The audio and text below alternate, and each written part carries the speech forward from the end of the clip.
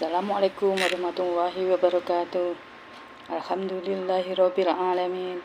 Wassalatu wassalamu ala asrofil anbiya'i wal mursalin sayyidina wa maulana Muhammad ala alihi washabbihi ajmain, amma ba'du. Bagaimana kabarnya teman-teman mahasiswa hari ini? Semoga sehat-sehat semuanya ya. Hari ini kita akan melanjutkan perkuliahan psikologi pendidikan. Dari pembahasan kemarin kita sudah mendapatkan pengetahuan bahwa suatu ilmu dapat dipelajari apabila dapat diamati ya. Sebagai suatu ilmu, psikologi dapat diamati dari gejala-gejala dari perilaku ya, karena psikologi itu bersifat abstrak. Jadi yang dipelajari adalah gejala-gejala dari perilaku yang biasa disebut dengan gejala jiwa ya. Hari ini kita akan mempelajari tentang gejala jiwa. Gejala jiwa ini perlu dipelajari karena kita akan mudah mempelajari perilaku individu apabila kita mengetahui gejala-gejala jiwa yang ada pada diri anak. Jadi gejala jiwa adalah respon dari stimulus yang masuk pada indera seseorang individu ya.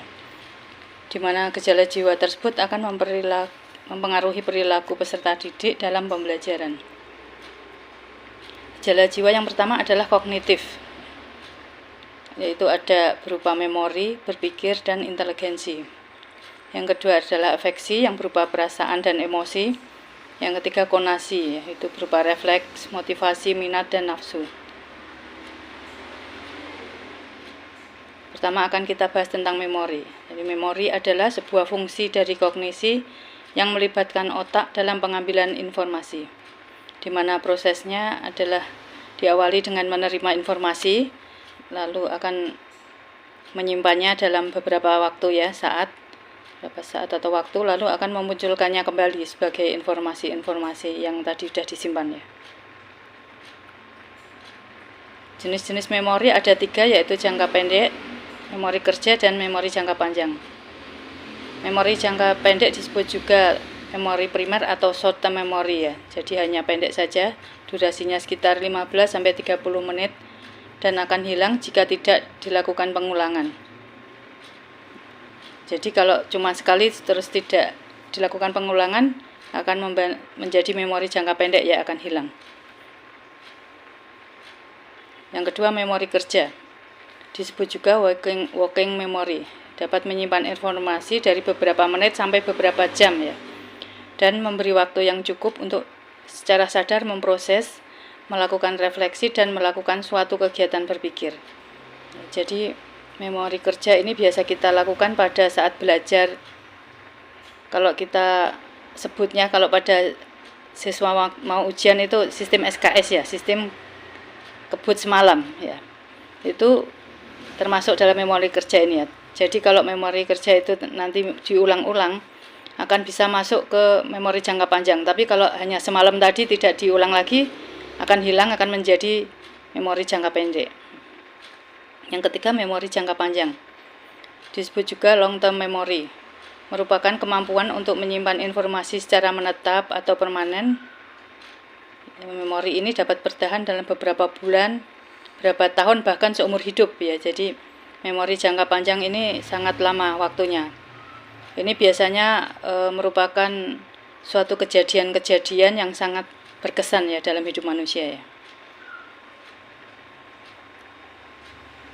Selanjutnya faktor-faktor yang mempengaruhi lupa. Jadi dengan memori tadi, adanya memori, tapi kenapa kita bisa lupa ya? Antara lain ini, yang pertamanya adanya decay teori ya. Menurut decay teori ini, sesuatu akan menjadi lupa karena waktu ya. Jadi lama tidak dimunculkan. Jadi sesuatu itu harus dimunculkan terus. Kalau dalam pembelajaran Islam anak usia dini ini contohnya dalam mengaji ya, saat mengaji ini misalnya diulang-ulang disebut murojaah ya. Itu kalau diulang-ulang dimunculkan terus maka akan menjadi ingatan tadi ya, ingatan jangka panjang akan menetap. Tapi kalau tidak dimunculkan akan lupa ya. Yang kedua intervensi teori, yaitu informasi yang disimpan saling campur atau tumpang tindih ya. Jadi istilahnya otak kita itu akan rancu atau bingung dalam mengeluarkan informasi ya, karena mungkin banyaknya informasi tentang suatu hal.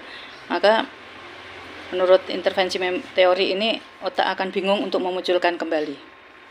Yang ketiga motivated forgetting, atau informasi yang ada diharapkan untuk dilupakan. Jadi emang adanya sesuatu stimulasi untuk melupakan suatu kejadian misalnya ya. Jadi ini biasanya pada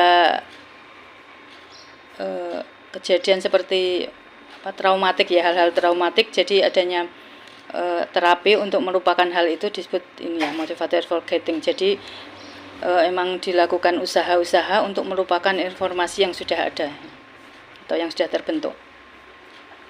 Terus lupa ini bisa juga diakibatkan karena sebab fisik, jadi misalnya kecelakaan atau amnesia itu ya, jadi semua ingatan yang ada akan menjadi lupa. Bisa juga dengan usia ya, jadi usia semakin meningkat atau semakin tua itu informasi yang ada di otak kita juga semakin memudar. Selanjutnya sebab psikis ya, sebab psikis itu misalnya stres, depresi, psikotik ini juga bisa menyebabkan mudah lupa atau bahkan lupa akan hal-hal yang sudah pernah terjadi. Selanjutnya akan kita bahas tentang berpikir. Berpikir adalah aktivitas jiwa dalam memecahkan masalah. Jadi berpikir ini kegiatan kognitif ya, yang melibatkan otak, yang terdiri dari menganalisis, membandingkan dan menghubungkan konsep-konsep yang telah ada dalam pola pikir dengan untuk memecahkan masalah. Jadi proses berpikir ini terjadi di dalam otak ya. Ini. Otak kita ini terdiri dari otak kiri dan otak kanan. Di mana otak kiri ini merupakan hal-hal yang berurutan dari detail ke global, membaca berdasarkan fonetik berupa kata-kata, simbol, dan huruf, cenderung audio dan tidak melibatkan emosi. Sedangkan otak kanan bersifat acak, random atau imajinatif, global ke detail, membaca menyeluruh atau bermakna, gambar dan grafik, cenderung kinestetik atau aktivitas, dan melibatkan emosi.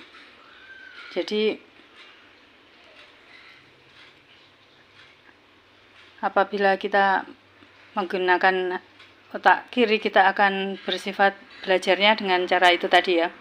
Jadi lebih ke kognitif dan tipe belajarnya auditorial,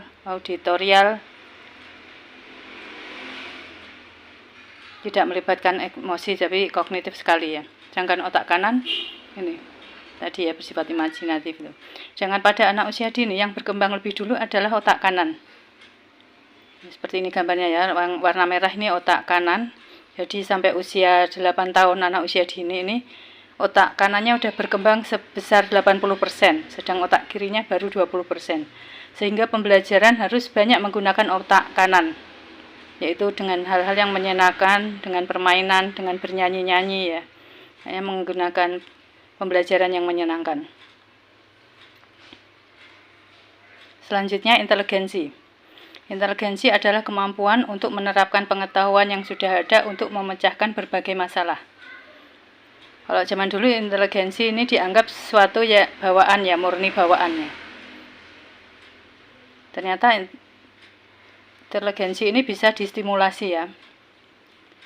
Dapat ditingkatkan dengan nutrisi dan stimulasi yang sesuai. Sedangkan untuk mengukurnya dengan kecepatan memecahkan masalah-masalah tadi ya, yang disebut dengan IQ atau Intelligence Quotient. Salah satu tes yang sering dipakai adalah namanya tes Binet-Salmon.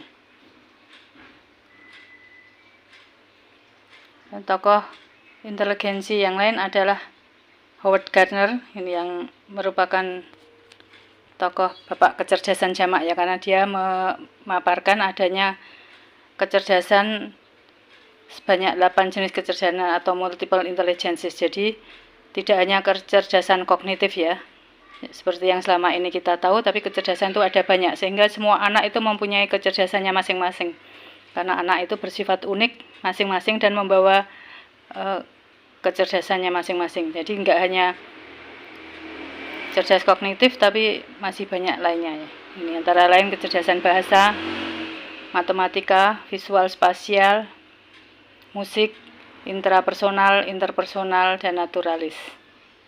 Dan juga kinestetik.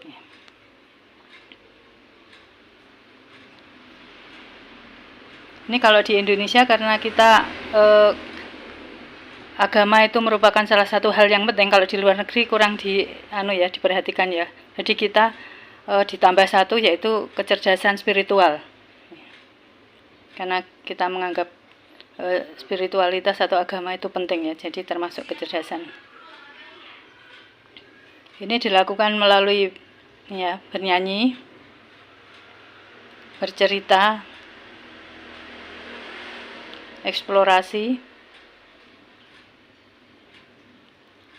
dan bermain, dan semuanya itu dilakukan menggunakan metode yang menyenangkan. Mungkin ada pertanyaan? Ya, kalau nggak ada pertanyaan cukup sekian. Terima kasih. Assalamualaikum warahmatullahi wabarakatuh.